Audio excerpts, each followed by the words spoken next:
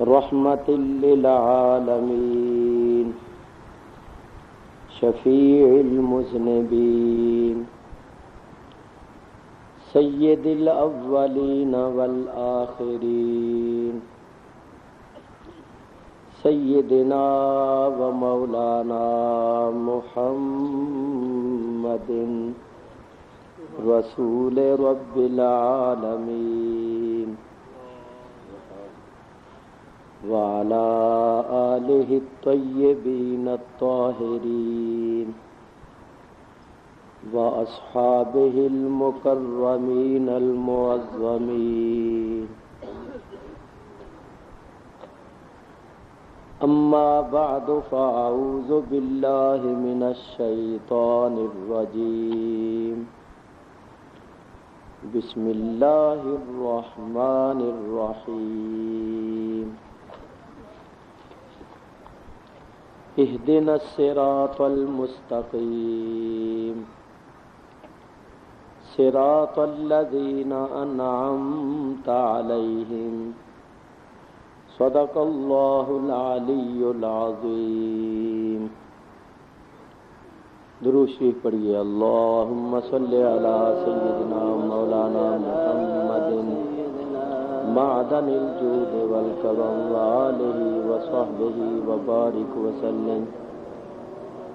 الصلاة والسلام علیک یا رسول اللہ، الصلاة والسلام علیک یا حبیب اللہ، الصلاة والسلام علیک یا رحمت۔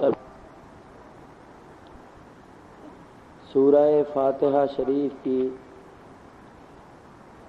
آیہ کریمہ جو آپ حضرات کے سامنے تلاوت کی ہے، اس آیہ کریمہ کا لفظی ترجمہ اور چند تفسیری فوائد میں اپنے ٹوٹے پھوٹے الفاظ میں آپ حضرات کے سامنے پیش کرتا ہوں۔ آپ حضرات بڑے سکون اور بڑے اطمینان کے ساتھ تشریف رکھتے ہوئے سنیں۔ وما توفیقی الا باللہ العلی العظیم۔ میرے بزرگوں اور دوستو، یہ سورہ فاتحہ شریف تک ہر مسلمان مرد و عورت کو زبانی یاد ہے، اور پانچوں وقت نماز میں یہ سورہ شریفہ پڑھی جاتی ہے، اور پانچوں وقت ہم اللہ تعالیٰ کی بارگاہ میں یہ التجا کرتے ہیں، اہدنا الصراط المستقیم، اے اللہ ہمیں سیدھے رستے پر چلا۔ سیدھا رستہ کون سا ہے؟ اگر اللہ تعالیٰ اس کا تعین نہ فرماتا تو بڑی مشکل پیش آتی۔ ہر کوئی یہ کہتا کہ یہ سیدھا راستہ ہے، دوسرا کہتا یہ سیدھا راستہ ہے، تیسرا کہتا یہ سیدھا راستہ ہے۔ اللہ تبارک و تعالیٰ نے خود ہی ہمیں سکھایا اور فرمایا کہ ایمان والو یوں کہو، صراط الذین انعمت علیہم، اے اللہ ان لوگوں کے رستے پر چلا جن پر تو نے انعام کیا۔ معلوم ہو گیا کہ سیدھا رستہ ان لوگوں کا ہے جن پر اللہ تعالیٰ نے انعام فرمایا۔ اللہ تعالیٰ نے کن لوگوں پر انعام فرمایا ہے؟ اگر اس کا تعین بھی اللہ تعالیٰ نہ فرماتا تو بڑی مشکل پیش آنی تھی۔ کسی نے کہنا تھا فلاں طبقے پر اللہ کا انعام ہے، کسی نے کہنا تھا فلاں طبقے پر اللہ کا انعام ہے، تو اللہ تعالیٰ نے فرما دیا انعم اللہ علیہم من النبیین والصدیقین والشہداء والصالحین، جن پر اللہ نے انعام فرمایا ہے وہ انبیاء ہیں، صدیقین ہیں، شہداء ہیں اور صالحین۔ اب متعین ہو گیا کہ سیدھا راستہ صالحین کا راستہ ہے، شہداء اور صدیقین کا راستہ ہے، انبیاء کا راستہ ہے، اور یہی راستہ ہم اللہ تعالیٰ سے پانچوں وقت طلب کرتے ہیں۔ میرے بزرگوں اور دوستوں ذرا توجہ کرو، ہم جب اس راستے پر چلیں گے تو ادھر سے لگیں گے یا اوپر سے لگیں گے؟ نیچے سے اوپر جائیں گے یا اوپر سے نیچے آئیں گے؟ نیچے سے اوپر جائیں گے۔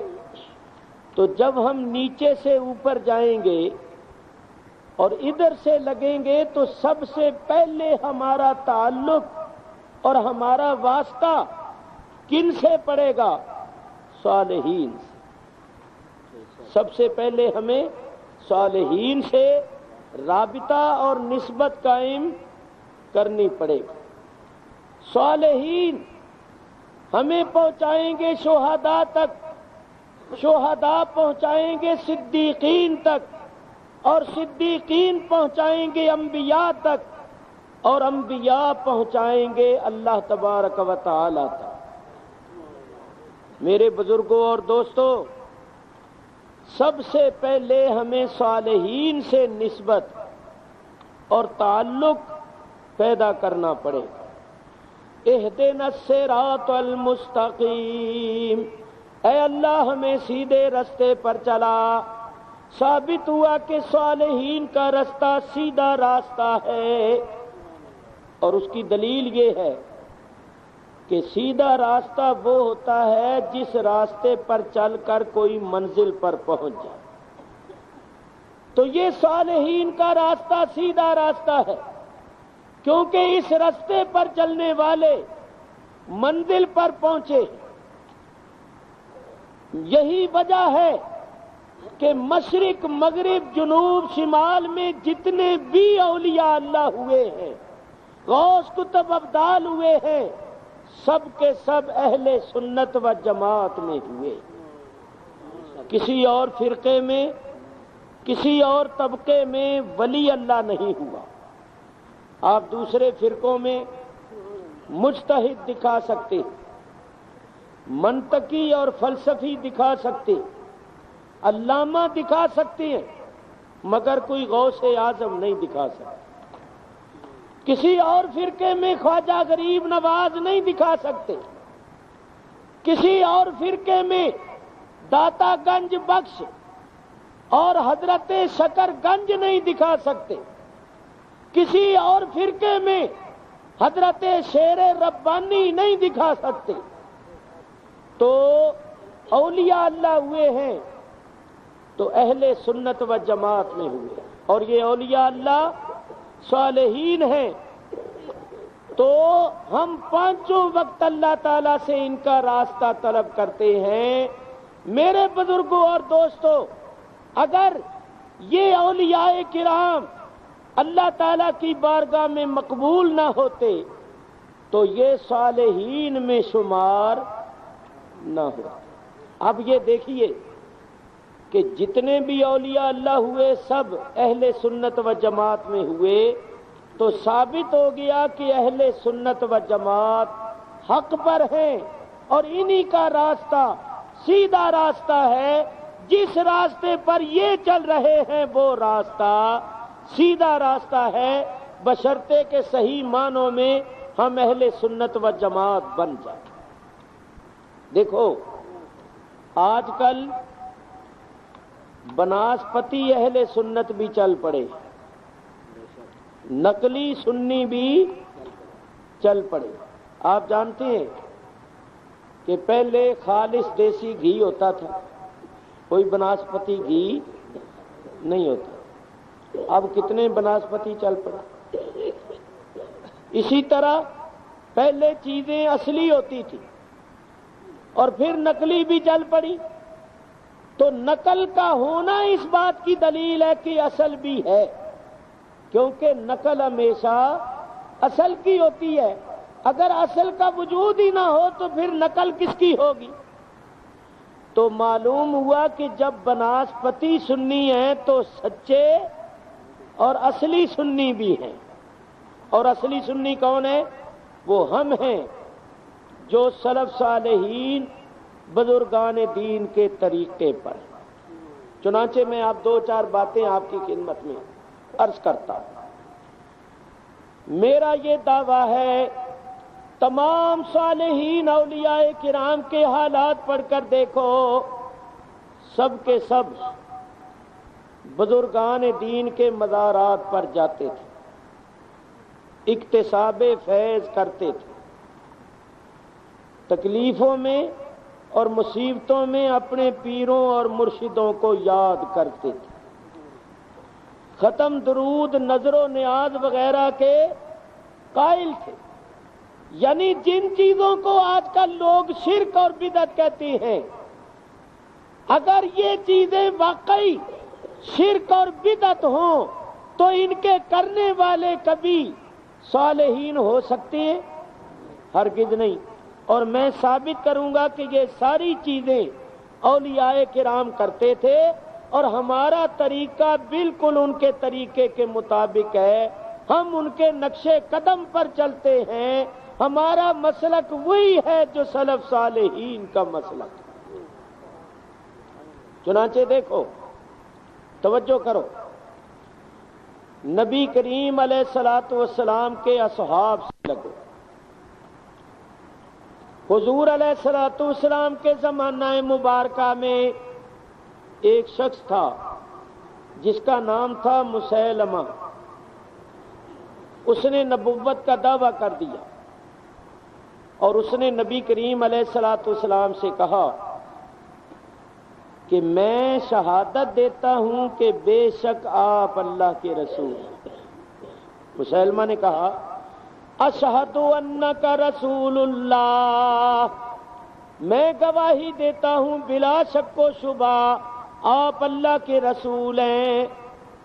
پھر وہ کہنے لگا کہ آپ بھی شہادت دیجئے کہ میں بھی اللہ کا رسول۔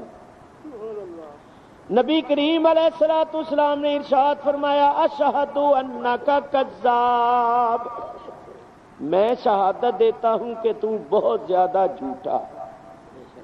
اس دن سے اس کا نام ہو گیا مسیلمہ کذاب۔ اس سے یہ بھی ثابت ہوا کہ جو نبی کریم علیہ الصلوۃ والسلام کے بعد نبوت کا دعویٰ کرے وہ کذاب ہے، اور اس کی پیشین گوئی حضور نے پہلے ہی فرما دی تھی۔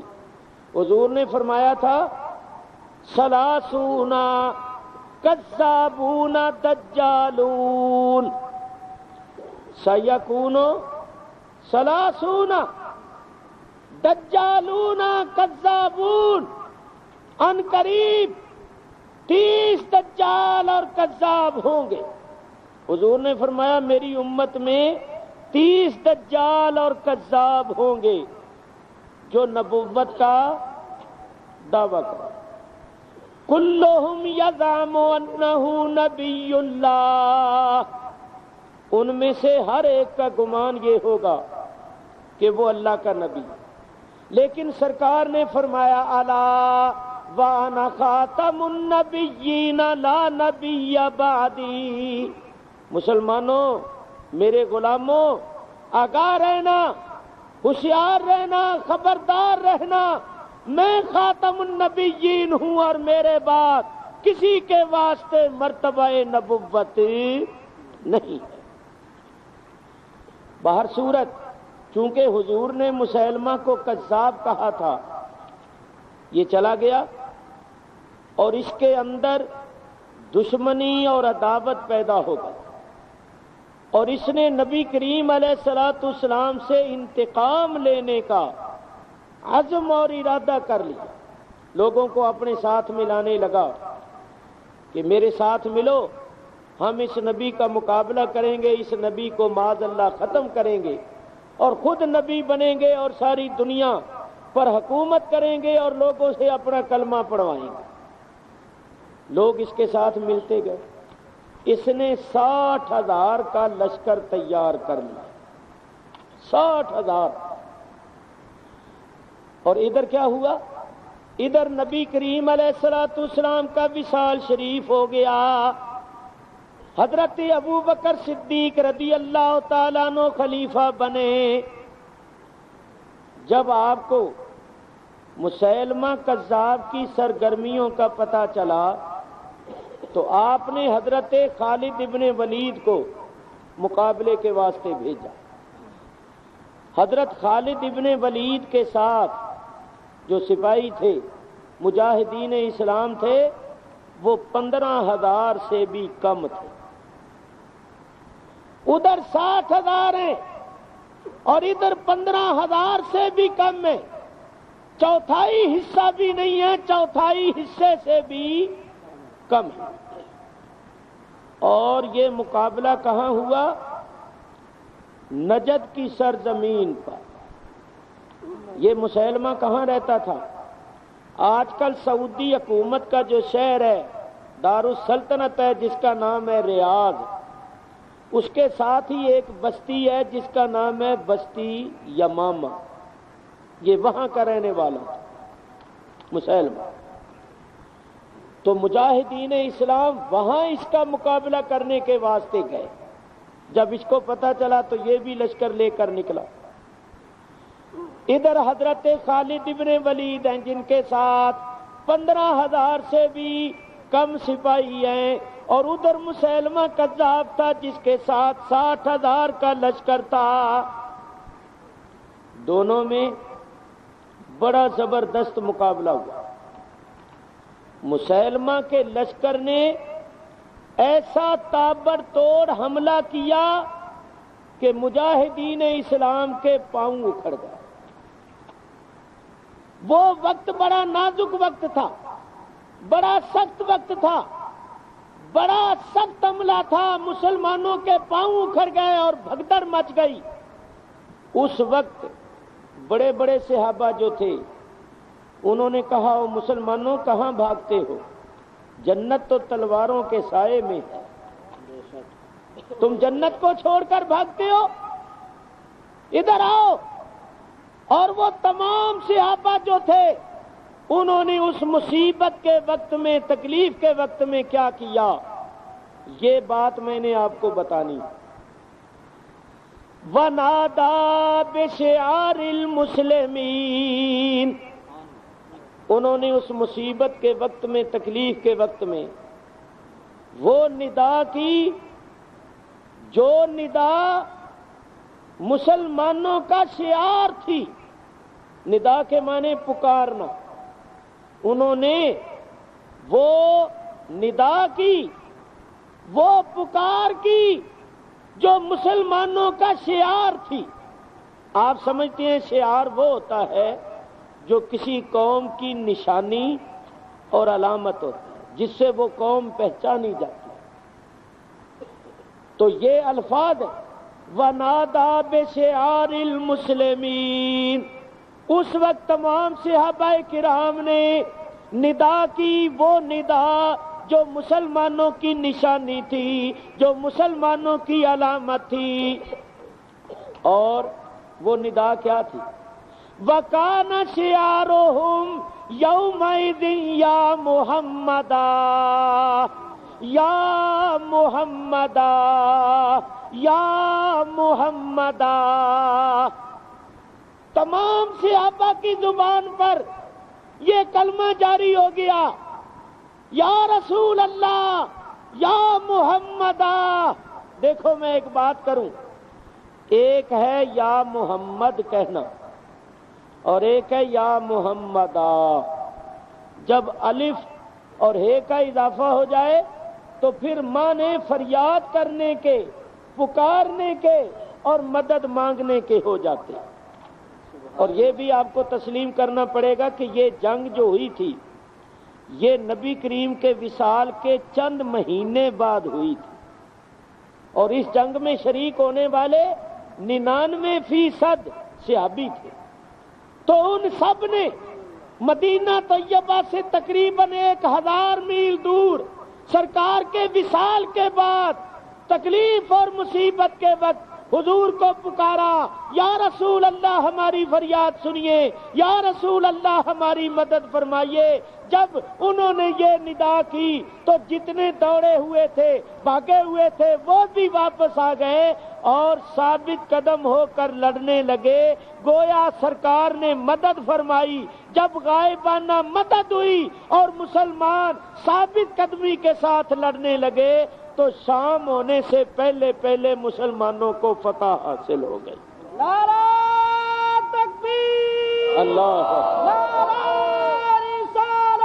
یا رسول اللہ۔ یہ واقعہ اور یہ الفاظ تاریخ کی 3 معتبر کتابوں کے اندر موجود ہیں۔ تاریخ طبری، علامہ امام ابو جعفر طبری جو بہت بڑے قرآن کریم کے مفسر ہیں، ان کی تفسیر ابن جریر 30 جلدوں میں ہے۔ قرآن کریم کی تفسیر ہے اور 30 جلدیں ہیں اس کی۔ اس تفسیر کا نام ہے ام التفاسیر، ساری تفسیروں کی ماں، ساری تفسیروں کی اصل۔ تو وہ امام ابو جعفر طبری اپنی تاریخ کے اندر یہ واقعہ نقل فرماتے ہیں۔ اسی طرح دوسری اہل سنت و جماعت کی تاریخ کی معتبر کتاب ہے جس کا نام ہے تاریخ الکامل، علامہ امام ابن اسیر جو بہت بڑے محدث بھی ہیں اور مورخ بھی ہیں۔ علم حدیث میں ان کی ایک کتاب ہے جس کے اندر انہوں نے حدیث کے اصول بیان فرمائے ہیں، نام ہے جامع الاصول۔ علامہ امام ابن اسیر جو بہت بڑے محدث بھی ہیں، مورخ بھی ہیں، ان کی تاریخ کامل کے اندر بھی یہ واقعہ اور یہی الفاظ موجود ہیں۔ تیسری تاریخ علامہ امام حافظ ابن کثیر، جن کی تفسیر ابن کثیر بڑی مشہور ہے اور ہمارے مخالفین ان کو بہت مانتے ہیں۔ علامہ امام ابن کثیر جن کی تفسیر ابن کثیر مشہور و معروف تفسیر ہے، بہت بڑے محدث بھی تھے، بہت بڑے مورخ بھی تھے۔ ان کی کتاب ہے البدایہ والنہایہ، اس کے اندر انہوں نے یہ واقعہ اور یہی الفاظ نقل کیے۔ وَنَادَى بِشِعَارِ الْمُسْلِمِينَ وَكَانَ شِعَارُهُمْ يَوْمَئِذٍ يَا مُحَمَّدًا یا محمدًا۔ اب آپ حضرات غور کرو، حضور کا وصال ہو چکا ہے، مدینہ طیبہ سے 1000 میل کا فاصلہ ہے، تو مصیبت کے وقت صحابہ کرام نے حضور کو یا کہہ کے پکارا یا نہیں پکارا، مدد مانگی یا نہیں مانگی، فریاد کی یا نہیں کی۔ اگر یہ شرک ہوتا تو صحابہ کرام کبھی ایسا نہ کرتے۔ معلوم ہوا کہ دور سے نبیوں ولیوں کو پکارنا اور مدد مانگنا یہ شرک نہیں، اور یہ 14ویں صدی کی ایجاد نہیں ہے، یہ نبی کریم علیہ الصلوۃ والسلام کے زمانہ مبارکہ سے سلسلہ چلا آ رہا۔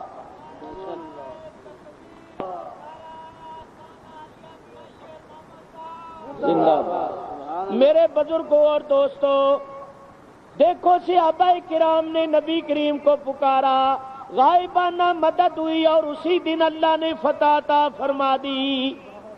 مسیلمہ مارا گیا اور قتل ہو گیا، اور اس کے بہت سے ساتھی بھی مارے گئے اور باقی اپنی جان بچا کر بھاگ گئے۔ اللہ تعالیٰ نے حضور کے صدقے مسلمانوں کو فتح عطا فرما۔ صرف یہی نہیں ہے، آگے چلیے۔ صحابہ کرام کا آپ نے سنا ہے، تابعین کو دیکھیے۔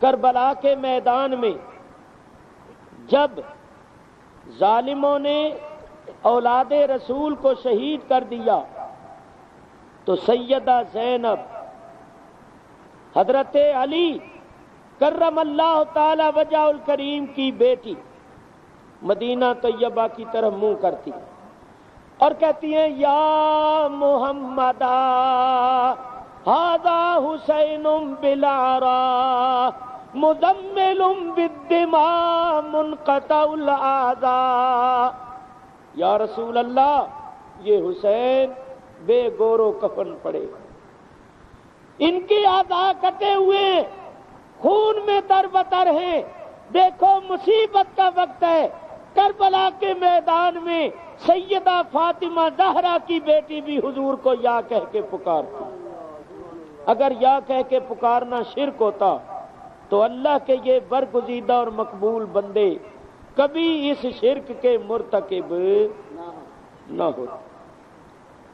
امام زین العابدین کو جب انہوں نے قید کر لیا تو انہوں نے بھی کہا یا رحمت للعالمین ادرک لزین العابدین محبوس ایدی الظالمین فی موکب والمزدحمین، انہوں نے بھی حضور کو یا کہہ کے پکارا، یا رسول اللہ یا رحمت للعالمین، اپنے زین العابدین کی طرف توجہ کرو، اپنے زین العابدین کی مدد کرو، وہ اس وقت ظالموں اور دشمنوں کی قید میں ہے۔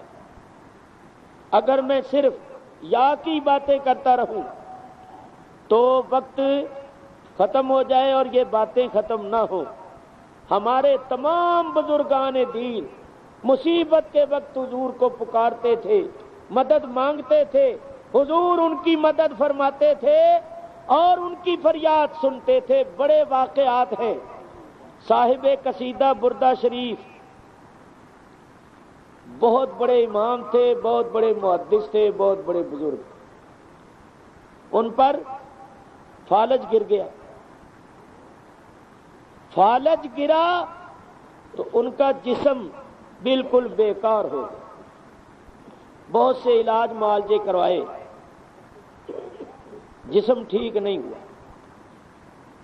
فالج کی بیماری دور نہیں ہوئی، چارپائی پر پڑے رہتے۔ جب دنیا جہان کے طبیبوں نے جواب دے دیا تو انہوں نے طبیب دو جہان رحمت عالمیان حضرت محمد مصطفیٰ صلی اللہ علیہ وسلم کی بارگاہ میں فریاد کی، قصیدہ لکھا، حضور کی نعت شریف لکھی، پہلے تو حضور کی تعریف کی، چنانچہ ان کے میں ایک دو شعر آپ کو سناتا ہوں جس سے پتہ چلے گا ان کے عقیدوں کا۔ مولا یا صلی وسلم دائما ابدا علی حبیبک خیر الخلق کلہم، سب پڑھو، مولا یا صلی وسلم دائما ابدا علی حبیبک خیر الخلق کلہم۔ فرماتے ہیں، شعر سنو، هو الحبیب الذی ترجا شفاعتہ لکل حول من الاحوال مقتحم، هو الحبیب الذی ترجا شفاعتہ، نبی کریم علیہ الصلوۃ والسلام اللہ کے وہ حبیب ہیں جن کی شفاعت کی امید کی جاتی ہے، لِكُلِّ حَوْلٍ مِّنَ الْأَحْوَالِ مُقْتَحِمِ، ہر تکلیف اور مصیبت کے وقت میں سرکار کی شفاعت کی امید کی جاتی ہے، اور جو سرکار کی شفاعت کی امید رکھتا ہے وہ محروم نہیں رہتا۔ نہیں نہیں، ذرا غور سے سنیے، ایک شعر سے ان کی عقیدت کا اندازہ کیجیے۔ فرماتے ہیں فَإِنَّ مِن جُودِكَ الدُّنْيَا وَضَرَّتَهَا وَمِنْ عُلُومِكَ عِلْمَ اللَّوْحِ وَالْقَلَمِ، یا رسول اللہ یہ دنیا اور آخرت یہ تو آپ کی سخاوتوں میں سے ایک سخاوت ہے۔ وَمِنْ عُلُومِكَ، علم اللوح والقلم، لوح محفوظ اور قلم کا علم یا رسول اللہ آپ کے علموں میں سے ایک علم ہے۔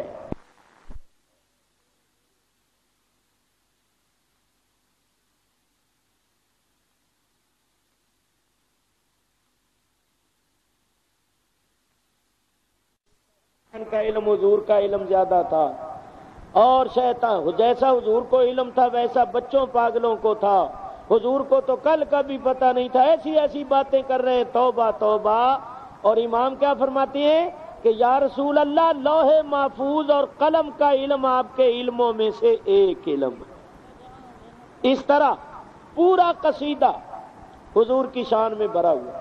پہلے تو انہوں نے حضور کی تعریف کی، آپ جانتے ہیں جب کوئی درخواست دیتا ہے تو پہلے وہ تعریف کرتا ہے، بحضور فیض گنجور جناب فلاں فلاں ہیں، اور سلام و نیاد پیش کر کے پھر وہ کہتا ہے کہ عرض کم ترین کی یہ ہے۔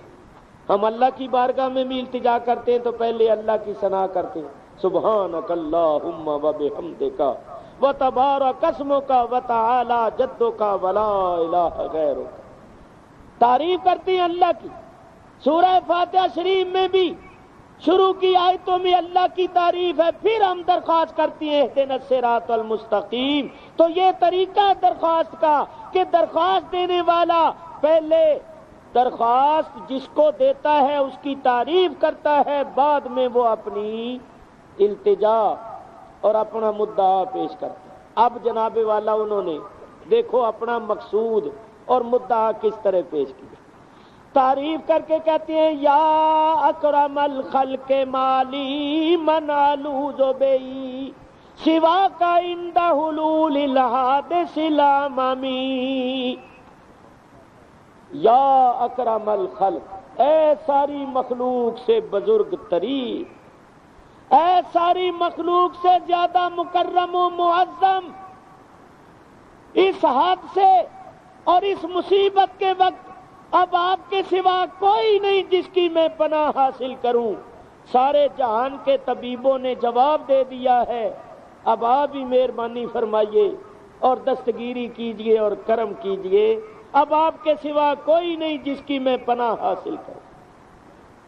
یہ فریاد کی، اور اپنے ملک میں بیماری کی حالت میں چارپائی پر پڑے ہوئے یہ فریاد کر کے سو گئے۔ رات ہوئی تو فرماتے میں نے خواب دیکھا کہ نبی کریم علیہ الصلوۃ والسلام کی محفل پاک لگی ہوئی، سرکار کی مجلس، اور خوش قسمتی سے میں بھی اس مجلس میں حاضر ہوں۔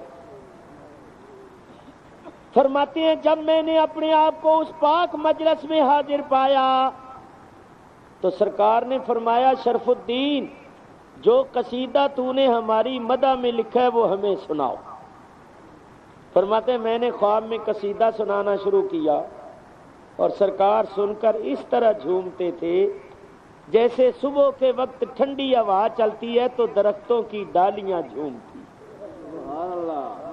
یعنی سرکار بڑے خوش ہو رہے تھے، جھوم رہے تھے۔ پھر سرکار نے مہربانی فرمائی اور میرے جسم پر ہاتھ پھیرا اور اپنی چادر مبارک اتار کر مجھے عطا فرما دی۔ امام فرماتے ہیں حضور نے جب اپنی چادر اتار کے مجھے عطا فرمائی اور میرے جسم پر ہاتھ پھیرا، میری آنکھ کھل گئی۔ میں نے کیا دیکھا کہ میں بالکل تندرست تھا، جیسے کہ کبھی میں بیمار ہوا ہی نہیں تھا، اور وہ نبی کریم کی چادر میرے ہاتھوں پر موجود تھی۔ اسی واسطے اس قصیدے کا نام ہے قصیدہ بردہ شریف۔ برد عربی میں چادر کو کہتے ہیں، یعنی وہ قصیدہ جس کو سن کر حضور نے چادر عطا فرمائی۔ امام صاحب اٹھے، خود اٹھ کر وضو کیا اور شکرانے کے نفل پڑھے اور تسبیح پڑھ رہے ہیں مصلی پر بیٹھے ہوئے، بالکل جو ٹھیک ہو گئے۔ ابھی صبح نہیں ہوئی تھی کہ کسی نے دروازے پر دستک دی، یہ گئے دروازہ کھولا، کیا دیکھا؟ ایک بزرگ کھڑے اور وہ کہتے ہیں شرف الدین وہ قصیدہ مجھے لکھ کر دے دو جس کا پہلا شعر ہے امن تذکر بے جیران، امام حیران ہو گئے کہ بھئی تجھے کس نے بتا دیا کہ میں نے کوئی قصیدہ لکھا ہے جس کا پہلا شعر یہ ہے؟ اس قصیدے کو تو میں نے ابھی عام نہیں کیا، کسی کو بتایا نہیں ہے، تو تجھے کیسے پتا چل گیا کہ میں نے قصیدہ لکھا ہے اور اس کا پہلا شعر یہ ہے؟ تو ان بزرگوں نے کہا کہ رات جب آپ نبی کریم علیہ الصلوۃ والسلام کی مجلس میں یہ قصیدہ پڑھ رہے تھے تو میں بھی اس مجلس میں موجود تھا۔ نعرہ تکبیر، اللہ، نعرہ رسالت، حضرت علامہ مولانا محمد شفیع صاحب کاروی، آستانہ عالیہ شرف شریف، زندہ سبحان اللہ۔ ان بزرگوں نے کہا رات میں بھی اس پاک مجلس میں موجود تھا اور یہ قصیدہ لینے اس لیے آیا ہوں کہ نبی کریم علیہ الصلوۃ والسلام نے اس قصیدے کو سن کر پسند فرمایا، حضور اس قصیدے کو سن کر بڑے خوش ہوئے، اس واسطے میں یہ قصیدہ لینے آیا۔ تو امام فرماتے میں نے خیال کیا کہ یہ حضوری والا شخص ہے، مجھے تو پہلی مرتبہ حضوری ہوئی ہے اور یہ کہتا ہے میں اس مجلس میں تھا تو یہ حضوری والا شخص ہے، اس کو انکار نہیں کرنا چاہیے۔ امام صاحب نے وہ قصیدہ لکھ کر دے دیا۔ پھر وقت کے بادشاہ کو پتہ چل گیا، کیونکہ تندرست جو ہو گئے ایک دم، لوگوں نے پوچھا کہ کیسے تندرست ہو گئے، تو آخر انہوں نے بتا دیا کہ اس طرح میں نے قصیدہ لکھا اور اس طرح خواب میں سرکار کی زیارت کا شرف حاصل ہوا اور کرم ہو گیا۔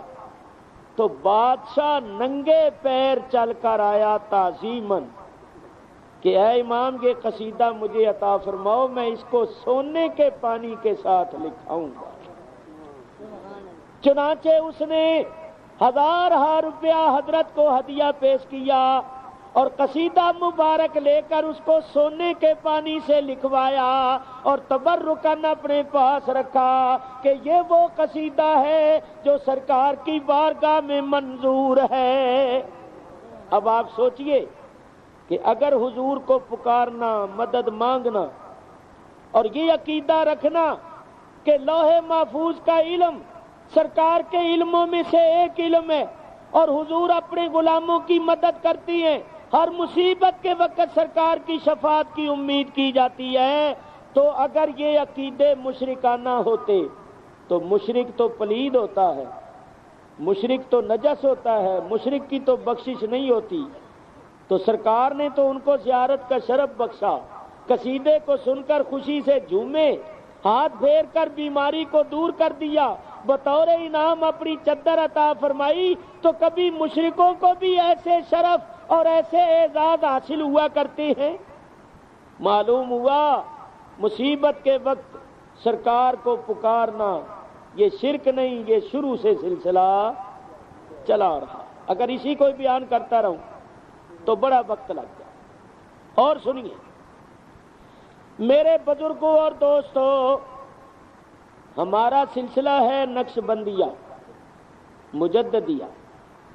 حضرت امام ربانی امام مجدد الفسانی شیخ احمد فاروقی سرہندی رضی اللہ تعالیٰ عنہ خود فرماتے، اپنے قلم سے لکھتے، یہ نہیں ہے کہ ان کے کسی مرید کی روایت ہو کہ کوئی شبہ کرے کہ شاید مرید نے مبالغے سے کام لیا ہو، نہیں، حضرت کی اپنی تصنیف ہے جس کا نام ہے مبدأ و معاد۔ اس کے اندر حضرت لکھتے ہیں، حضرت مجدد صاحب، کہ میری ایک روحانی منزل اٹک گئی، وہ طے نہیں ہوتی، میں نے بڑا مجاہدہ کیا، ریاضت کی، مگر وہ منزل طے نہیں ہوتی۔ حضرت مجدد صاحب فرماتے ہیں پھر میں نے حضرت غوث الثقلین محبوب سبحانی شیخ سید عبد القادر جیلانی اور خواجہ خواجگان حضرت خواجہ بہاؤالدین نقشبند رضی اللہ تعالیٰ عنہما، ان دونوں بزرگوں سے مدد مانگی، روحانی استمداد کی۔ جب میں نے ان دونوں بزرگوں سے مدد مانگی تو ان دونوں بزرگوں کی مدد سے میری وہ منزل طے ہو گئی۔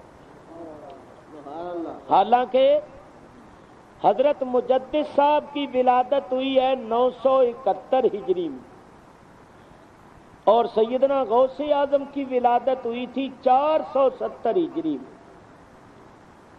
4 اور 5 9 500 سال پہلے پیدا ہونے والے سے کس نے مدد مانگی جو 500 سال بعد پیدا ہوا؟ درمیان میں اتنا فاصلہ اور فرق ہے. تو حضرت مجدد صاحب نے غوث اعظم جو تقریباً 450 سال پہلے انتقال کر چکے تھے، ان سے مدد مانگتے، استمداد کرتے، 500 سال پہلے پیدا ہونے والے سے مدد مانگتی ہیں اور وہ فریاد سنتے ہیں، مدد کرتی ہیں. اسی طرح حضرت خواجہ بہاؤالدین نقشبند بھی سینکڑوں برس پہلے ہوئے. تو اگر ان پیروں مرشدوں سے غائبانہ اور مشکلات کے وقت مدد مانگنا شرک ہوتا تو حضرت مجدد الفسانی جیسی ہستی کبھی مدد نہ مانگتی اور نہ ان کی مدد ہوتی اور نہ ان کی منزل طے ہوتی. تو ثابت ہوا کہ یہ سلسلہ شروع سے ہی چلا رہا. افسوس یہ جو ہم پر شرک اور بدعت کے فتوے لگاتے ہیں، جب ان پر مصیبت آتی ہے یہ بھی پکارتے ہیں. اور یہ بڑے تعجب کی بات ہے کہ شرک کہنے سے بھی باز نہیں آتے اور پھر جس کو اپنے منہ سے شرک کہتے ہیں اس کو کرنے سے بھی باز نہیں آتے. چنانچہ غور سے سنو، مولوی اشرف علی صاحب تھانوی نے اس واقعے کو 3-4 کتابوں میں لکھا. میرا مقصد کسی کی مخالفت کرنا نہیں، بلکہ جو میں مضمون بیان کر رہا ہوں اس کی تائید اور تصدیق کے سلسلے میں مخالفین کا بھی حوالہ پیش کر رہا ہوں تاکہ آپ کو پتہ چلے. تھانوی صاحب نے اس واقعے کو اپنے ملفوظات میں بھی لکھا ہے جس کا نام ہے الحفاظات الیومیہ، ان کے ملفوظات. دوسری کتاب ہے جس کا نام ہے کرامات امدادیہ. اور بڑا آسان طریقہ یہ ہے کہ میں نے اس مسئلے میں ایک کتاب لکھی ہے جس کا نام ہے راہ حق. اس میں نے صرف یہی ایک مسئلہ لکھا ہے یا کا، اور ایک درود شریف کا، اور ایک یا کہہ کے انبیاء و اولیاء کو پکارنے کا. اس میں نے حوالوں کی انبار لگا دیے ہیں. یہاں تو میں نے بطور نمونہ 1-2 باتیں عرض کی. کرامات امدادیہ، الحفاظات الیومیہ، امداد المشتاق، تذکرۃ الرشید، ان سب کتابوں کے اندر یہ موجود ہے جو میں پیش کرنے لگا. مولوی اشرف علی صاحب تھانوی کے پیر و مرشد جو تھے ان کا نام تھا حاجی امداد اللہ صاحب مہاجر مکی. یہ مولوی محمد قاسم صاحب نانوتوی کے بھی پیر ہیں، مولوی رشید احمد گنگوئی کے بھی پیر ہیں، تھانوی صاحب کے بھی پیر ہیں. یعنی بڑے بڑے جو دیوبند کے مولوی ہیں ان سب کے پیر ہیں، اور ان سے اجازتیں خلافتیں لے کر آج تک پیری مریدی کا سلسلہ چل رہا. وہ جو حاجی صاحب تھے ان کے متعلق لکھا ہوا، لکھتے ہیں تھانوی صاحب کے ہمارے پیر بھائی جہاز پر بیٹھ کر حج کرنے کے لیے جا رہے تھے تو جہاز طوفان کی زد میں آ گیا اور جہاز کے کپتان نے خطرے کا بگل بجا دیا کہ بھئی اب ہمارے قابو میں یہ نہیں رہا، ہم نے بڑی کوشش کی ہے بچانے کی، اب ہمارے بس کی بات نہیں رہی ہے، اب جہاز ہمارے قابو سے باہر ہے اور ہم سب لوگ انتہائی خطرے میں ہیں. تو جہاز میں جو مسلمان ہیں وہ اللہ سے دعا مانگیں اور کچھ پڑھائیں تاکہ جہاز خطرے سے نکل جائے. تو تھانوی صاحب لکھتے ہیں کہ ہمارے پیر بھائی جو تھے انہوں نے جہاز میں بیٹھے بیٹھے حاجی صاحب کی طرف توجہ کی اور کہا کہ آپ کا تو نام ہی امداد اللہ ہے، تو کب مدد کرو گے؟ جب ڈوب جائیں گے، غرق ہو جائیں گے، مدد کرو، جہاز خطرے میں ہے.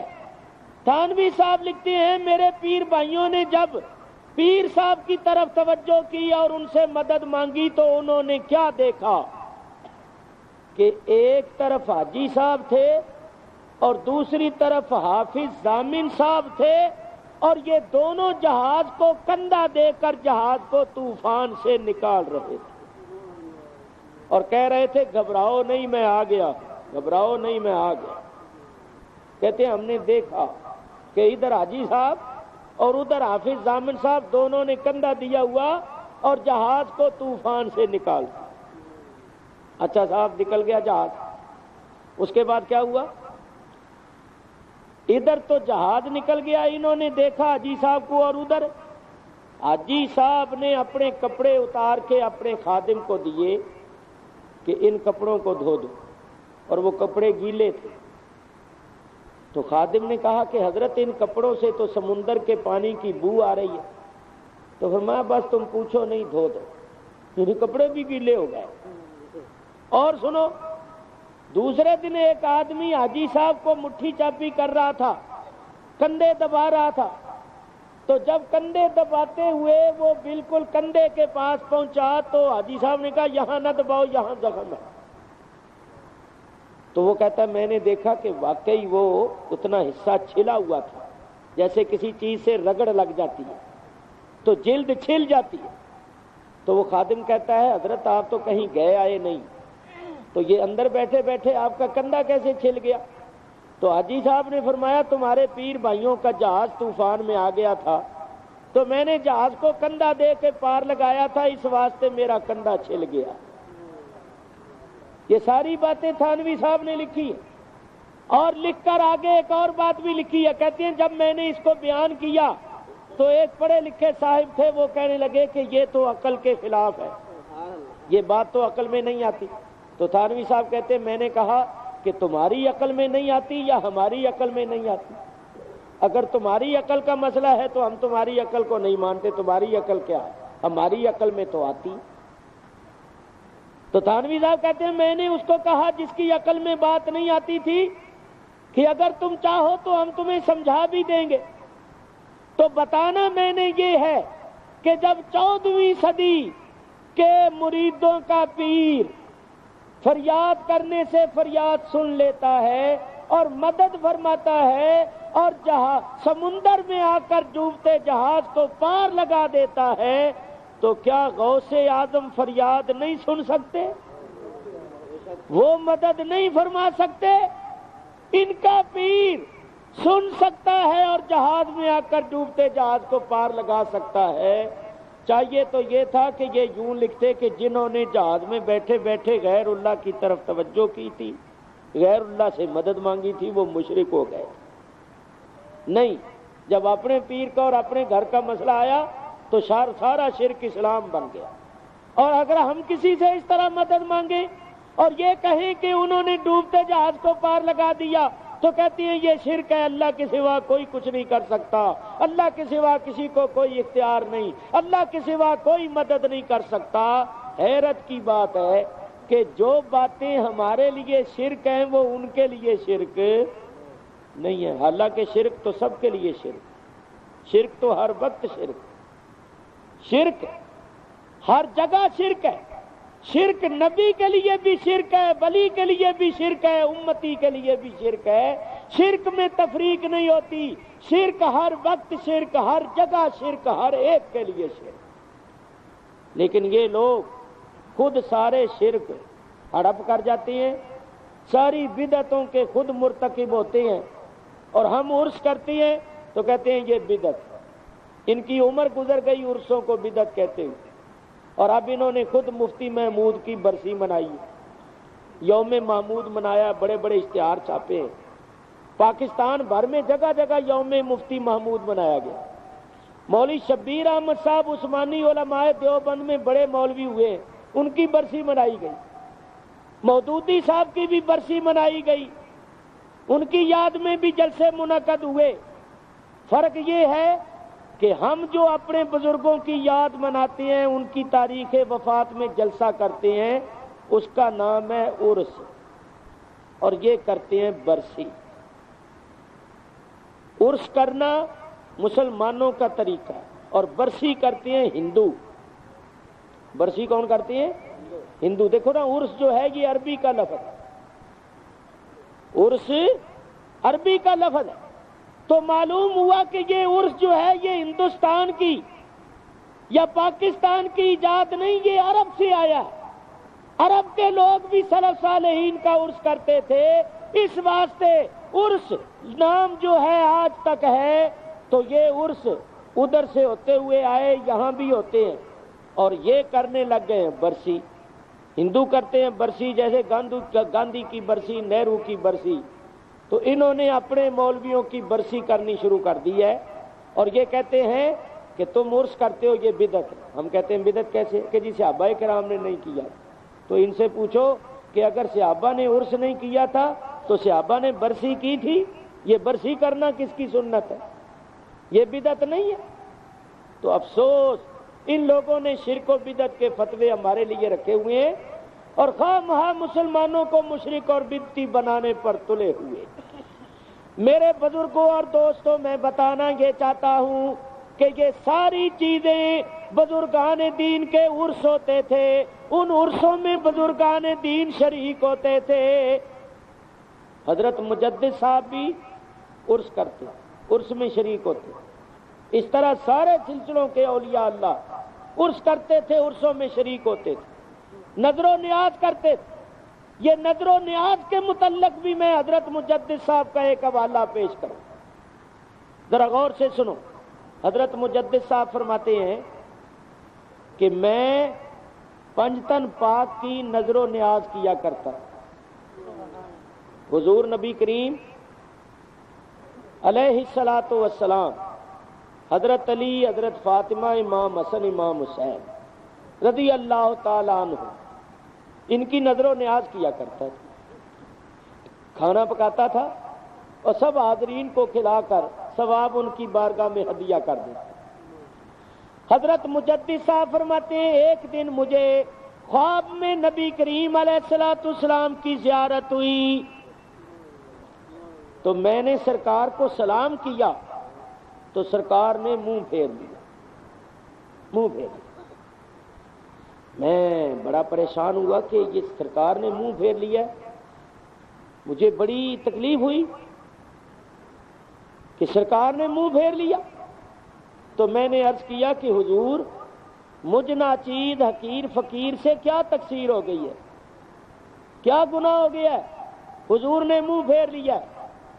تو حضور نے بڑے پیارے انداز میں فرمایا کہ میں کھانا عائشہ کے گھر میں کھاتا ہوں، جس کسی نے مجھے کھانا بھیجنا ہو وہ حضرت عائشہ کے گھر میں بھیجے، ان کے ذریعے سے بھیجے۔ حضرت مجدد صاحب فرماتے ہیں پھر مجھے احساس ہوا کہ میں ازواج مطہرات کا اور ام المومنین کا نام نہیں لیا کرتا۔ اس کے بعد حضرت مجدد صاحب فرماتے ہیں میں جو نذر و نیاز کرتا تھا اس میں پنجتن پاک کا بھی، حضور کی ساری بیویوں کا، اور خصوصاً ام المومنین حضرت عائشہ صدیقہ رضی اللہ تعالیٰ عنہ کا نام لیتا تھا، کیونکہ حضور نے فرمایا میں کھانا عائشہ کے گھر میں کھاتا ہوں۔ تو اس سے ایک تو یہ ثابت ہوا کہ حضور اب بھی کھاتے پیتے، اور یہ میں نہیں کہتا، خود حضور کا ہی فرمان۔ حضور علیہ الصلوۃ والسلام ارشاد فرماتے ہیں فَنَبِيُّ اللَّهِ حَيٌّ يُرْزَقُ، اللہ کا نبی زندہ ہوتا ہے اور اس کو رزق بھی دیا جاتا ہے۔ انبیاء کھاتے پیتے بھی، تو شہیدوں کے بارے میں بھی آیا عِندَ رَبِّهِمْ يُرْزَقُونَ، وہ اپنے رب کے نزدیک رزق دیے جاتے ہیں کھاتے پیتے۔ ایک تو یہ ثابت ہوا کہ حضور حیات النبی ہیں، زندہ ہیں، کھاتے پیتی ہیں، اور دوسری بات یہ ثابت ہوئی کہ حضرت مجدد صاحب نذر و نیاز بھی کرتے ہیں۔ اگر نذر و نیاز کرنا شرک بدعت ہوتا تو وہ کبھی نہ تھا۔ اور وہی نہیں، شاہ عبدالعزیز محدث دہلوی رحمۃ اللہ علیہ نے تحفہ اثنا عشریہ میں لکھا ہے کہ سارے اولیاء کرام، چاروں سلسلوں کے تمام اولیاء کرام نذر و نیاز کرتے رہتے ہیں، اور یہ ان کا معمول ہے اولیاء کرام کا بزرگان دین کی نظر و نیاز کرنا. یہ میں نمونے عرض کر رہا ہوں. اور سنیے، آپ تو بہت اچھی طرح جانتے ہیں کہ لاہور میں ایک بہت بڑے کامل ولی اللہ ہیں جن کا نام ہے حضرت سید علی حجویری المعروف حضرت داتا گنج بخش رضی اللہ تعالی. یہ حضرت داتا گنج بخش حضرت سیدنا غوث اعظم سے بھی پہلے ہوئے، خواجہ غریب نواز سے بھی پہلے ہوئے. اتنی بڑی سرکار ہیں داتا صاحب کہ شیخ الاسلام والمسلمین حضرت بابا فرید شکر گنج رضی اللہ تعالی عنہ حضرت داتا صاحب کے مزار پر حاضر ہوتے تھے تو اپنی داڑھی سے جھاڑو دیا کرتے تھے، اپنی داڑھی سے وہاں کی زمین صاف کیا کرتے. یہ آج کل کے لوگ دیکھ لیتے تو پتہ نہیں کتنے فتوے لگاتے. تو حضرت داتا صاحب بہت بڑی سرکار، بہت بڑے ولی اللہ.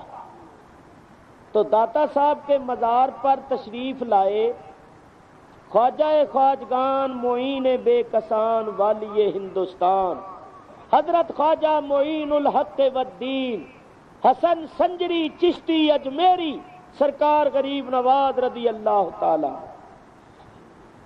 اور کب تشریف لائے؟ جب انہوں نے علم حاصل کیا، سند لے لی، عالم فاضل ہو گئے، پھر پیر کی صحبت میں رہ کر حضرت خواجہ عثمان ہارونی رضی اللہ تعالیٰ عنہ کی صحبت میں رہ کر سلوک کی منزلیں طے کی اور کامل ولی اللہ ہو گئے.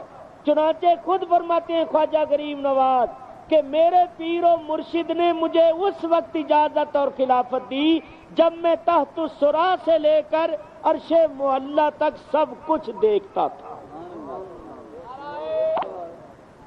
اپنے پیر و مرشد سے اجازت اور خلافت لی اور پیر و مرشد نے اس وقت اجازت دی جبکہ تحت الثری سے لے کر عرش معلی تک سب کچھ دیکھتے. پھر مدینہ شریف گئے، حضور علیہ الصلوۃ والسلام کے دربار اقدس میں 6 مہینے رہے. سرکار نے اپنی زیارت کا شرف بخشا اور سرکار نے لقب دیا معین الدین، دین کے مددگار، اور فرمایا جاؤ بیٹا ہندوستان کی سرزمین کو کفر و شرک سے پاک کرو، اللہ کی مدد تمہارے ساتھ ہے، ہماری نظر تم پر ہے. تو حضرت خواجہ غریب نواز مدینہ شریف سے یہ فلسطین، شام، عراق، ایران اور افغانستان ہوتے ہوئے کابل کے رستے لاہور تشریف لائے اور داتا صاحب کے مزار پر 40 روز تک پیروں کی طرف بیٹھے رہے. ابھی تک حجرہ اعتکاف موجود ہے پیروں کی طرف. یہ بھی دیکھو ان بزرگان دین کا ادب، پیروں کی طرف بیٹھے. تو اگر ولیوں کے مزار پر جانا، وہاں اعتکاف کرنا، چلے کرنا، ٹھہرنا شرک ہوتا تو اتنا بڑا عارف، اتنا بڑا کامل، اتنا بڑا عالم کیوں آتا اور کیوں 40 روز یہاں بیٹھتا؟ تو حضرت خواجہ غریب نواز نے داتا صاحب کے فیوز و برکات کے سلسلے جب دیکھے، فیوز و برکات کے چشمے جاری دیکھے، تو انہوں نے یہ شعر فرمایا: گنج بخشے فیض عالم مظہر نور خدا نا کے سارا پیر کامل کاملارا رہنما. فرماتے ہیں گنج بخشے، یہ وہ سخی ہے جو خزانوں کے خزانے بخش دیتا ہے. فیض عالم، اس کا فیض جہان کو پہنچ رہا ہے. مظہر نور خدا، یہ اللہ کے نور کا مظہر ہے، اور ناقصوں کا ہی کامل پیر نہیں بلکہ کاملوں کا بھی رہنما. تو بولو اگر یہ باتیں شرک ہوتی تو اتنے بڑے بڑے اولیاء کرام کبھی ایسا کرتے؟ نہیں، اصل میں مخالفوں نے سمجھا نہیں. میں نے کئی مرتبہ بیان کیا یہاں کہ اللہ فرماتا ہے جو بندہ میرا محبوب بن جاتا ہے اس کی آنکھ میں بن جاتا ہوں جس آنکھ سے وہ دیکھتا ہے، اس کے کان میں بن جاتا ہوں جس کان سے وہ سنتا ہے، اس کی زبان میں ہو جاتا ہوں جس سے وہ بولتا ہے، اس کے ہاتھ میں بن جاتا ہوں جن ہاتھوں سے وہ تصرف کرتا ہے۔ وہ اللہ نہیں بن جاتا، اللہ کی صفتوں کا مظہر اتم بن جاتا ہے۔ دہلی کے رہنے والے ایک صاحب تھے، ان کا بیٹا گھر سے ناراض ہو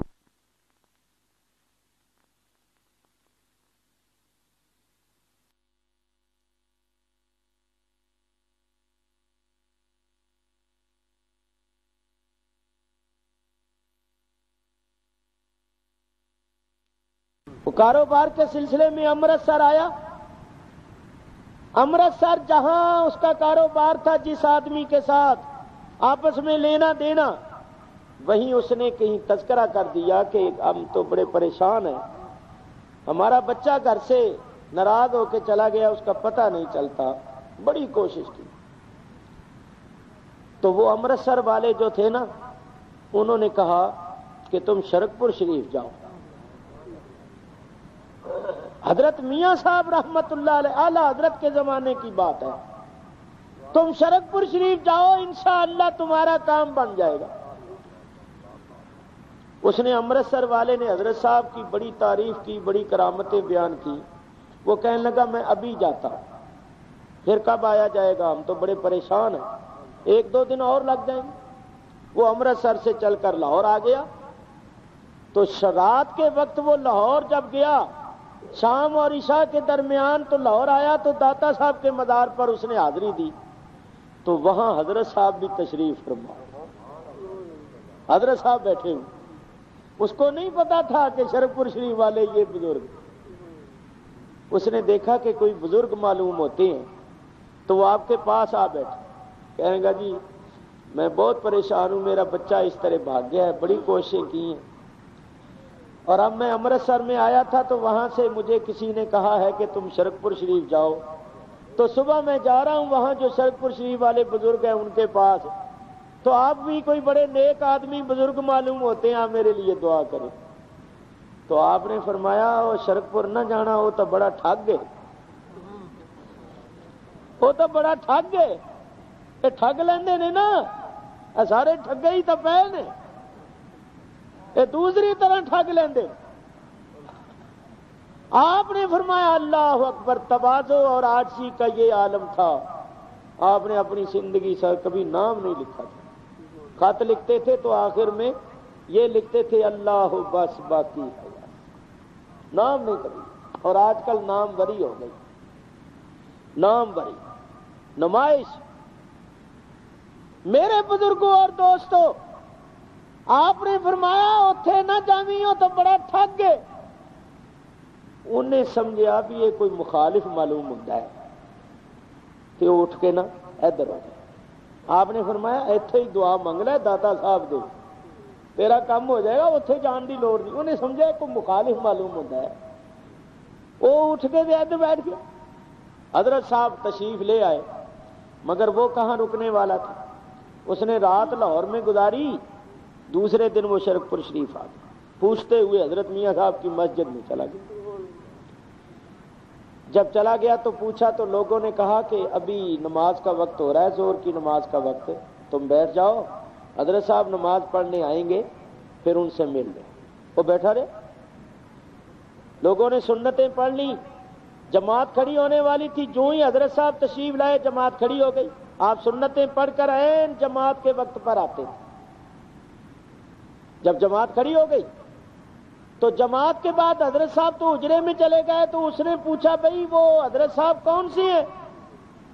تو لوگوں نے کہا ابھی نماز پڑھ کے حجرے میں گئے نا، حجرے میں بیٹھے۔ اور جب آدمی حجرے میں گیا، اس نے دیکھا کہ یہ تو وہی ہے جو رات داتا صاحب بیٹھا ہوا تھا اور کہتا تھا وہاں نہ جانا، وہ تو بڑا ٹھگ گئے، یہ تو وہی ہے۔ جب اندر گیا نا تو آپ نے دیکھ کر فرمایا بھی تو نہیں نا ٹلے، آ گیا ہے نا۔ پھر وہ بیٹھ گیا، اس نے رونا شروع کر دیا۔ حضور ہمارے گھر والے بڑے پریشان، بچے کی ماں پریشان ہے، بہنیں پریشان ہیں، بچہ ناراض ہو کے چلا گیا ہے، ہمارا سکھ چین چھن گیا ہے، تو آپ کی خدمت میں حاضر ہوا ہوں، مہربانی فرمائی۔ آپ نے فرمایا آرام سے اشارہ کیا، بیٹھے، تھوڑی دیر بیٹھے رہے، پھر فرمایا تم نے کھانا تو کھانا ہوگا، چلو تمہیں کھانا کھلائے۔ مسجد سے آپ گھر لے گئے، بیٹھک کا دروازہ کھلا ہوا تھا، فرمایا تم اندر بیٹھو، اس کو بیٹھک میں داخل کر دیا، خود دوسرے دروازے سے اندر تشریف لے۔ جب وہ بیٹھک کے اندر گیا تو کیا دیکھا کہ اس کا لڑکا بیٹھا ہوا، لڑکا اندر بیٹھا ہوا، لڑکا اندر بیٹھا ہوا ہے۔ باپ نے لڑکے کو دیکھا، لڑکے نے باپ کو دیکھا، دونوں لپٹ گئے۔ باپ نے کہا بیٹا تم یہاں کیسے؟ وہ کہنے لگا مجھے خود خبر نہیں کہ میں یہاں کیسے ہوں، یہ کون سی جگہ ہے، کون سا شہر ہے؟ نہیں بیٹا تو بات سنا، تو تھا کہاں، کیا معاملہ ہوا؟ اس نے کہا میں گھر سے نکلا تو نکل کر دہلی سے چلتا ہوا فلاں جگہ گیا، پھر میں امرتسر آ گیا، پھر میں لاہور آ گیا، اس طرح در بدر کی ٹھوکریں کھاتا ہوا، کہیں نوکری کر، کہیں کچھ کر، کہیں کچھ کر، پھر میں پشاور چلا گیا۔ پشاور میں ایک ہوٹل پر میں کام کرتا تھا، میز وغیرہ صاف کرنی اور لوگوں کو روٹی پانی دینا، اور وہ ہوٹل والا مجھے کچھ پیسے دے دیتا تھا تو میں وہیں نوکروں چاکروں میں سو رہتا تھا، کیونکہ شرم سے تو آ گیا گھر سے اب جانا، وہ شرم کی بات سمجھتا تھا، ویسے بڑی تکلیف میں تھا۔ تو ابھی اچانک ہی میرے پیٹ میں درد ہوا، میں پیشاب کرنے کے لیے ہوٹل کی چھت پر چڑھا، کیونکہ اوپر پیشاب کی جگہ بنی ہوئی ہے، تو میں جب چھت پر چڑھا تو میں نے وہاں ایک بزرگ کو دیکھا، انہوں نے میرا ہاتھ پکڑا ہے، پھر جو مجھے ہوش آئی ہے اور میں نے اپنے آپ کو دیکھا ہے تو میں یہاں ہوں، اور یہ ابھی 2 منٹ کا معاملہ ہے، 2-4 منٹ ہی ہوئے ہوں گے کہ میں نے آنکھ کھولی ہے، مجھے ہوش آیا ہے تو میں یہاں ہوں۔ اس کا باپ کہنے لگا تم ان بزرگوں کو پہچان لو گے جنہوں نے تمہارا ہاتھ پکڑا؟ کہ میں بالکل پہچان لوں۔ تھوڑی دیر گزری تو حضرت صاحب دوسرے رستے سے آ گئے اور دیکھ کے کہیں گا یہی تھے، انہوں نے ہی میرا ہاتھ پکڑا۔ حضرت صاحب نے روٹی کھلائی اور فرمایا چپ کر کے چلے جاؤ، اب کسی سے ذکر نہ کر۔ تو بولو ہم کیسے کہیں کہ یہ مدد نہیں کرتے؟ ہم کیسے کہیں ان کو کوئی اختیار نہیں ہے؟ ہم کہتے ہیں حقیقت میں سارے اختیارات کا مالک اللہ ہے، حقیقت میں ساری قدرتوں کا مالک اللہ ہے، حقیقت میں سارے کمالات اللہ تبارک و تعالیٰ کے ہیں، مگر وہ مالک الملک، وہ احکم الحاکمین، وہ قادر و قدیر، جس کو چاہے جو چاہے مرتبہ عطا فرما دے، قدرت عطا فرما دے، تصرف عطا فرما دے۔ انبیاء و اولیاء کو جتنے بھی کمالات، قدرتیں اور تصرفات حاصل ہیں وہ سب اللہ کے عطا کیے ہوئے، اور عطا کیے ہوئے ماننا ہرگز شرک نہیں۔ تو اللہ تعالیٰ کے بندے، یہاں میں ایک بات اور کروں، بس اس کے بعد گفتگو ختم کر رہا ہوں کیونکہ فجر کی اذان کا وقت ہو رہا۔ حضرت مجدد الفسانی رضی اللہ تعالیٰ عنہ، جو ہمارے سلسلے کے آفتاب و مہتاب ہیں، جن کو مخالفین بھی ماننے کا بڑا دعویٰ کرتے ہیں، حضرت مجدد صاحب حضرت خواجہ غریب نواز کے روضے پر گئے، اجمیر شریف گئے، تو اس وقت اجمیر شریف کے جو سجادہ نشین تھے وہ بڑے بزرگ تھے، صاحب نسبت بزرگ تھے، ان کو حضرت خواجہ غریب نواز نے عالم قسم میں حکم دیا کہ ہمارے مزار پر جو چادر پڑی ہوئی ہے، غلاف چڑھا ہوا ہے، یہ اتار کر شیخ احمد کو دے دو، حضرت شیخ احمد کو دے دو، یعنی مجدد صاحب کو دے دو۔ سجادہ نشین صاحب نے خواجہ غریب نواز کے حکم کے مطابق وہ چادر اتاری اور حضرت صاحب کو دی، اور کہا حضرت یہ صاحب مزار کا حکم ہے، ان کے حکم کے مطابق میں یہ چادر آپ کو دے رہا ہوں۔ وہ چادر کون سی تھی؟ جو حضرت کے قبر کے اوپر پڑی ہوئی تھی، یعنی غلاف قبر۔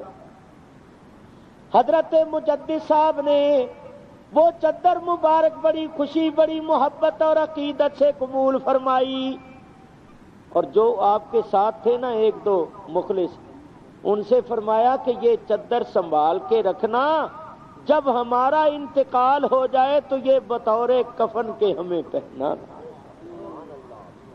یہ خواجہ غریب نواز کے روضے کا تبرک ہے، یہ مبارک چادر ہے، اس کی برکت سے اللہ تعالیٰ بڑی کرم نوازی کرے گا۔ تو اگر مزاروں پر چادریں ڈالنا یہ ناجائز اور حرام ہوتا تو پہلے تو خواجہ غریب نواز حرام اور ناجائز چیز ہدیہ دیتے ہی نہ، اور حضرت مجدد صاحب کبھی قبول کرتے ہی نہ۔ حضرت مجدد صاحب قبول ہی نہیں کرتے، بلکہ فرماتے ہیں کہ اس کو بطور کفن مجھے پہنانا۔ چنانچہ آپ کی نصیحت وصیت کے مطابق جب آپ کا وصال ہوا تو پہلے وہ آپ کو پہنایا گیا، پہلے وہ چادر ڈالی گئی، اس کے اوپر دوسرا کفن پہنایا۔ یہ میں بطور نمونہ چند باتیں عرض کر رہا ہوں کہ ان باتوں سے آپ اندازہ کر لیں کہ یہ اولیاء کرام، یہ صالحین، یہ ساری باتیں کرتے تھے۔ اگر یہ باتیں شرک بدعت ہوتی تو یہ کبھی صالحین نہ ہوتے۔ معلوم ہوا یہ باتیں شرک و بدعت نہیں، ہمارا وہی عقیدہ، ہمارا وہی طریقہ اور معمول ہے جو سلف صالحین کا ہے، اور یہ بالکل سیدھا اور صحیح راستہ ہے۔ ہم معبود برحق صرف اللہ کو مانتے ہیں، اللہ کے سوا کوئی عبادت کے لائق نہیں، اللہ کا کوئی شریک نہیں، وہ اپنی ذات صفات افعال اسماء میں لا شریک ہے، مگر وہ جس کو چاہتا ہے جو مرتبہ چاہتا ہے عطا فرما دیتا ہے۔ انبیاء و اولیاء کے لیے جتنے بھی کمالات ہم مانتے ہیں وہ سب اللہ کے دیے ہوئے مانتے ہیں، اور وہ مانتے ہیں جو اللہ نے ان کو عطا فرمائے۔ تو میرے بزرگوں اور دوستوں، سلف صالحین کے طریقے پر قائم رہو۔ یہ فتنوں کا دور ہے، اپنے ایمانوں کی حفاظت کرو۔ حضور نے فرمایا ایسا وقت آ جائے گا کہ آدمی صبح مومن ہوگا، شام کو کافر ہو جائے، شام کو مومن ہوگا، صبح کافر ہو جائے۔ اتنے گمراہ کرنے والے پیدا ہو جائیں گے کہ ایمان بچانا مشکل ہو جائے۔ حضور نے فرمایا ہاتھ پر آگ کا انگارہ لے کر کھڑا ہونا آسان ہوگا، ایمان کا بچانا مشکل ہے۔ تو اپنے ایمانوں کو بچاؤ۔ تمہارا تعلق اس دربار عالی کے ساتھ، اس دربار عالی کے ساتھ، تو اس تعلق اور نسبت کو قائم رکھو۔ نہ غیروں کی صحبت میں بیٹھو، نہ ان کی باتیں سنو، نہ شک شبے کا شکار ہو۔ اللہ تعالی ہمیں اس آستانہ عالیہ سے وابستہ رکھے اور حضرت کے فیوض و برکات سے ہم سب کو مستفیض فرمائے۔ میرے بزرگوں اور دوستوں، بہت سی باتیں ابھی کرنی تھیں، وقت بالکل ختم ہو گیا ہے۔ یہ کچھ عرصے کی بات ہے، میں شرک پور شریف آ رہا تھا کراچی سے، لمبا سفر تھا گاڑی کا، تو حضرت کی ایسی کچھ کرم نوازی ہوئی، حالانکہ میں شاعر نہیں، تو میں نے رستے میں اشعار لکھنے شروع کر دیے۔ رستے میں حضرت کی محبت اور عقیدت میں اشعار لکھنے شروع کر دیے۔ یہ کوئی تقریباً سارے کتنے اشعار ہیں؟ 52-53 اشعار ہو گئے، 50 سے اوپر۔ تو یہ میرے پاس پڑے ہوئے تھے، میں نے بھائی نیک محمد صاحب سے تذکرہ کیا کہ یہ کچھ عرصہ پہلے میں شرک پور شریف جا رہا تھا، تو ایسا راستے میں حضرت صاحب کی محبت میں میں لکھتا گیا تو یہ شعر لکھے۔ انہوں نے کہا یہ تو بڑے اچھے شعر ہیں، ان کو چھپوا دینا چاہیے تاکہ پیر بھائی پڑھیں اور خوش ہوں۔ صبح انشاءاللہ میں یہ اشعار سناؤں گا، خود صبح یہ اشعار میں انشاءاللہ سناؤں گا سارے مجمع میں، جب لوگ آ جائیں گے سارے۔ تو یہ ہمارے بھائی نیک محمد صاحب اور ان کے دوستوں نے یہاں شرک پور شریف میں لکھائی کرائی ہے اور چھپائے ہیں۔ تو میں نے تو ہم لوگوں نے یہ خیال کیا کہ 500-600 روپیہ جو خرچ ہوا ہے تو وہ ہم سب اپنی طرف سے دیتے ہیں، لیکن ان کا یہ دوستوں کا خیال ہوا کہ 1000 یہ اشتہار ہے، تو یہ تو 1000 تو ایک دم ختم ہو جائے گا، تو یہ سلسلہ جاری رکھنا چاہیے۔ تو ہم نے یہ کیا ہے کہ پہلے پیسے جو لگیں گے تو ہماری طرف سے ہدیہ ہے، آئندہ ان کو چھپوانے کے لیے تاکہ سارے پیر بھائیوں تک یہ پہنچ جائے 1000 کیا بنے گا؟ تو اگر آپ کچھ ہدیہ دے دیں گے تو وہ ہدیہ ہم اپنے مصرف میں نہیں لائیں گے، یہ ہمارے بھائی صاحبان اسی پیسوں سے اور چھپوا دیں گے، پھر جو کوئی پیسہ ملے گا اس سے اور چھپوا دیں گے تاکہ ہزاروں کی تعداد میں چھپ جائیں اور سارے پیر بھائیوں تک یہ پہنچ جائے۔ تو اگر آپ چاہیں تو 1 روپیہ ان کو ہدیہ دے دیں، وہ ہم اپنے خرچ میں نہیں لائیں گے، ان سے اور چھپ جائیں گے۔ یہ 1000 چھپا ہے، پھر 2000 کی تعداد میں چھپ جائیں گے، اس طرح یہ سلسلہ ابھی نہیں، بعد میں لے لینا آپ سلام کے بعد۔ ابھی ہمارے بزرگ حضرت میاں نواب الدین صاحب تشریف لائے رائے بند سے، یہ شرف پور شریف کے ہی رہنے والے ہیں، اور میں تو بچہ تھا، میں نے اپنی عمر میں ان کو حضرت صاحب کے ساتھ ہمیشہ دیکھا۔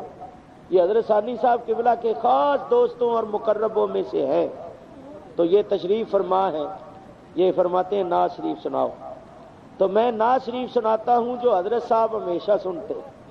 جب بھی میں شرف پور شریف آتا تھا تو صبح کی نماز کے بعد یا عشاء کی نماز کے بعد جب کپڑا بیچتا تھا مسجد میں شمارے پڑے جاتے تھے تو حضرت صاحب مجھے اشارہ کرتے تھے کہ یہ نعت شریف سناؤ، تو میں نعت شریف سناتا تھا، حضرت صاحب بہت خوش ہوتے تھے اور ہمیشہ فرماتے تھے وہی نعت شریف پڑھو، تو میں نکال دیتی ہیں، اور نکالنے کے بعد پھر ہم مکھیاں ارد گرد بیٹھ کر آپ پر درود و سلام پڑھتی، تو آپ پر درود و سلام پڑھنے کی برکت سے، آپ کے نام کی برکت سے یہ تلخی جو ہوتی ہے، کڑواہٹ جو ہوتی ہے وہ دور ہو جاتی ہے اور مٹھاس پیدا ہو جاتی ہے اور شہد شفا بن جاتا ہے۔ تو معلوم ہوا حضور کا نام ایسا شیریں ہے جس کی برکت سے کڑوی چیزیں بھی میٹھی ہو جاتی ہیں، اور صرف میٹھی نہیں ہوتی بلکہ وہ شفا بن جاتی ہے۔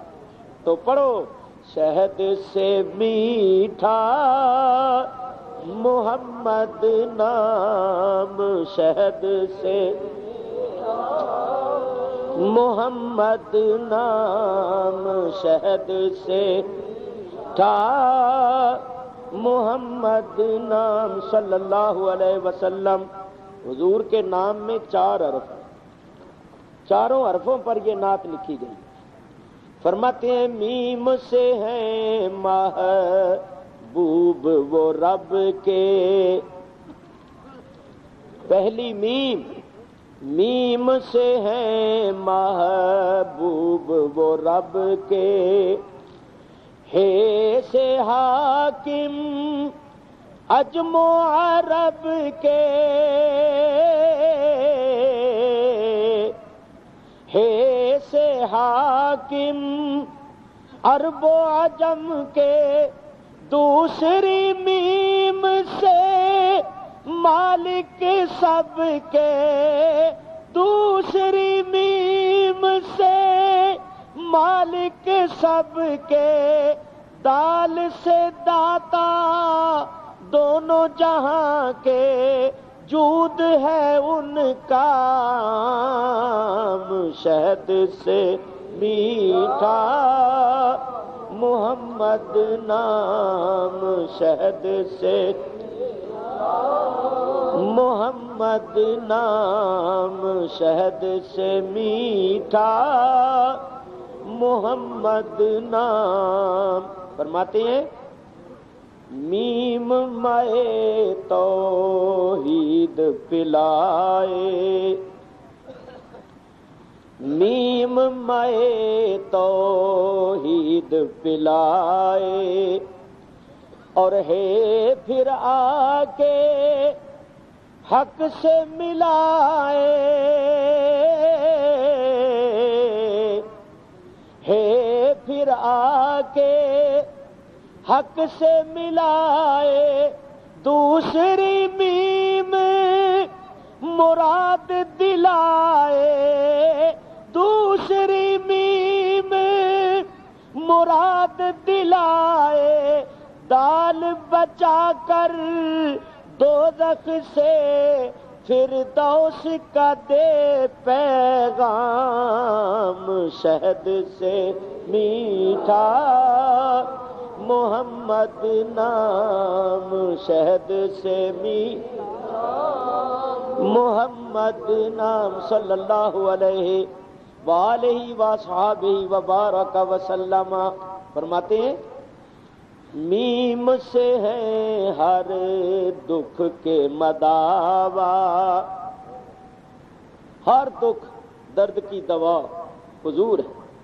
میم سے ہے ہر دکھ کے مداوا، اور ہے سے حامی ہر بیچارہ،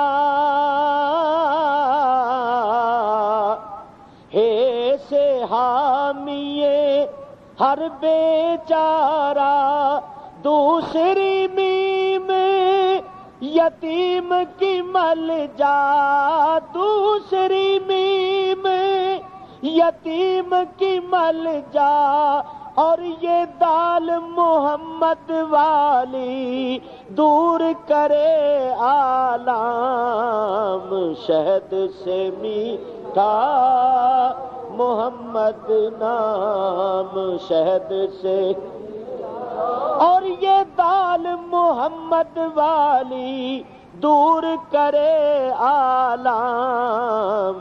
شہد سے میٹھا محمد نام شہد سے میٹھا محمد صلی اللہ علیہ وسلم. آخری شعر ہے میم محبت کی میں لایا، میم محبت کی میں لایا، اور ہے نے حق کا جام پلایا، ہے نے حق کا جام پلایا. دوسری میم نے مست بنایا، دوسری میم نے مست بنایا، اور دال سے دل میں بشیر کے ان کی یاد ہے صبح و شام. شہد سے میٹھا محمد نام شہد سے، دال سے دل میں ہم سب کے ہے، دال سے دل میں ہم سب کے ہے، ان کی یاد صبح و شام. شہد سے میٹھا محمد نام شہد سے میٹھا محمد نام صلی اللہ علیہ وسلم. میں ایک بات عرض کر دوں، میں نے تو یہ شعر عقیدت محبت سے لکھے ہیں، اپنے جذبات عقیدت کا مظاہرہ کیا ہے. میں نے تو اس میں حصہ ڈالا ہے چھپڑے میں، میں نے کچھ لکھا علیکہ یا رسول سلام علیکہ یا حبیب سلام علیکہ صلوات اللہ صلوات اللہ علیہ. ہر دم ازما صد درود و صد سلام بر رسول و آل و اصحاب تمام. الصلاۃ والسلام علیک یا رسول اللہ وعلی آلک واصحابک وازواجک واولیاء امتک وعلماء ملتک یا نبی اللہ. دعائے خیر فرماؤ. بسم اللہ الرحمن الرحیم بسم اللہ الرحمن الرحیم. الحمد للہ رب العالمین والعاقبۃ للمتقین والصلاة والسلام علی سید المرسلین یا ارحم الراحمین یا ارحم الراحمین یا رحم الراحمین، اے سب سے بڑھ کر رحم کرنے والے ہمارے حال پر رحم فرما، اے سب سے بڑھ کر رحم کرنے والے ہمارے حال پر رحم فرما، اے سب سے بڑھ کر رحم کرنے والے ہمارے حال پر رحم فرما، ہماری اولادوں کو نیک کر، ان کے بخت بیدار کر، ہماری اولادوں کو نیک کر،